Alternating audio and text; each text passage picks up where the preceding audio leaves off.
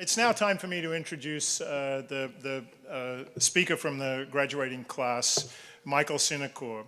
Michael had a very interesting career at JP Morgan, certainly during interesting times around the financial crisis. He was at JP Morgan during the financial crisis, and then he was on the Middle East desk at the bank during the Arab Spring 2011.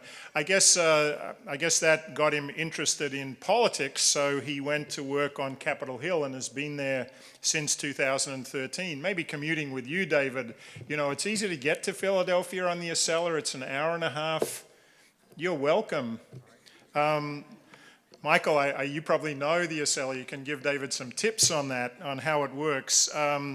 But having worked for 3 Congress people and now becoming a legislative assistant for the senior senator from Nebraska, Deb Fischer, is an incredible achievement. I know that you're very proud of your own mentorship of younger staffers, including having somebody you mentored already be in elected office themselves, somebody who is now at 24, the youngest member of a legislature in the United States. And in addition to that, I gather that you're a baseball fan.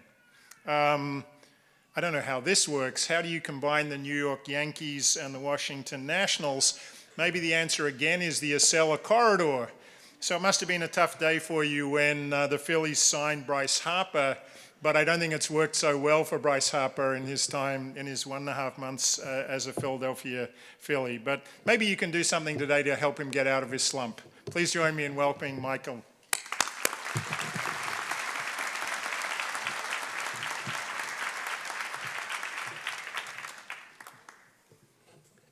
Thank you for that kind introduction, and thank you, Mr. Rubenstein, for your speech as well.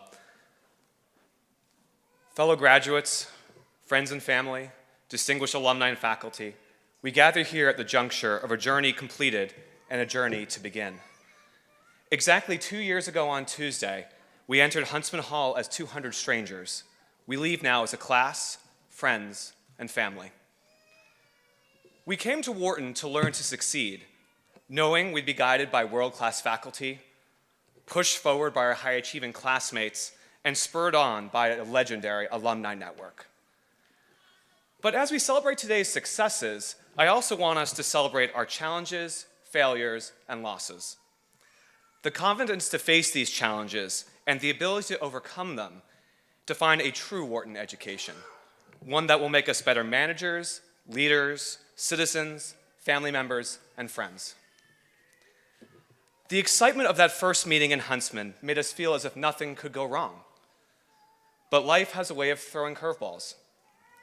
Right before our 3rd weekend of school, 2 of my colleagues were shot in an early morning baseball practice in the DC suburbs. A few months later, the congressman I worked for, someone I greatly admire, announced his retirement. A job I loved was coming to an end. A month after that, 4 days before our statistics midterm, my girlfriend and I broke up. Then, last spring, my grandfather, someone who had mentored me for 32 years, passed away after a long battle with cancer. I do not pretend to have faced the most adversity of our class, but as the first year drew to a close, I began to question my decision to come here and even considered taking time off. But the more I reflected, the more going through these events without my classmates became unimaginable. Every one of these trials quickly followed by a Wharton weekend, and every weekend, members of this class got me back on my feet and ready to take on the next challenge, academically, professionally, and personally. And all these experiences were teaching me to overcome failure and loss. It often occurred in small moments and in unexpected ways. It was the loud, laughter-filled conversations at NUDEC. It was hearing friends talk about a new business venture at breakfast. But it was also the father worrying about pulling his kids out of school because he had to take a new job across the country as his company was closing. It was the baby showers in the Wemba Lounge. It was the mother pulling out her photo to show a photo of her newborn as we walked from Vance to Steinberg Dietrich. But it was also the father who speaks with fear and hope about yet another surgery for his new baby.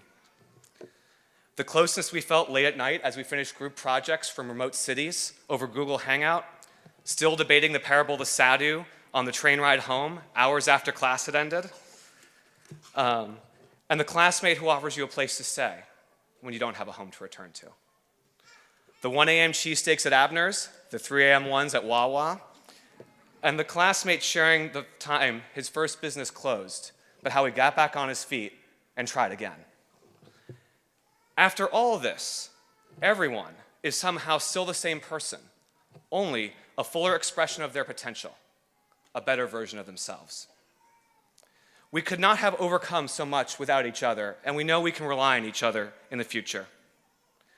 By earning MBAs, we are committing to a certain life, one that will take us to the pinnacle of business, government, nonprofits, and 1,000 other endeavors. Doing so requires great risks, difficult trials, and at times, disheartening failure. In what feels like a lifetime ago, and yet like yesterday, we began as 200 strangers in Huntsman Hall, but shaped by the trials of school and life, became 200 friends, a class, Wemba 43. I can think of no other group with whom I would have rather walked through the fires of Wharton. And as we step to the fires of the future, I can think of no other group with whom I would rather share my successes and my failures. I leave here with a new job I love. My friends return to the baseball diamond to throw out ceremonial first pitches, and I'm striving every day to live up to my grandfather's example. Soon, we will scatter. I know that for each of us, moments of darkness will fall again, but we can be assured we will be guided by a bright light, born out of 1,000 sparks, ignited every time a fellow Wharton classmate sets out to meet success or failure, knowing that 200 friends are cheering them on. Thank you.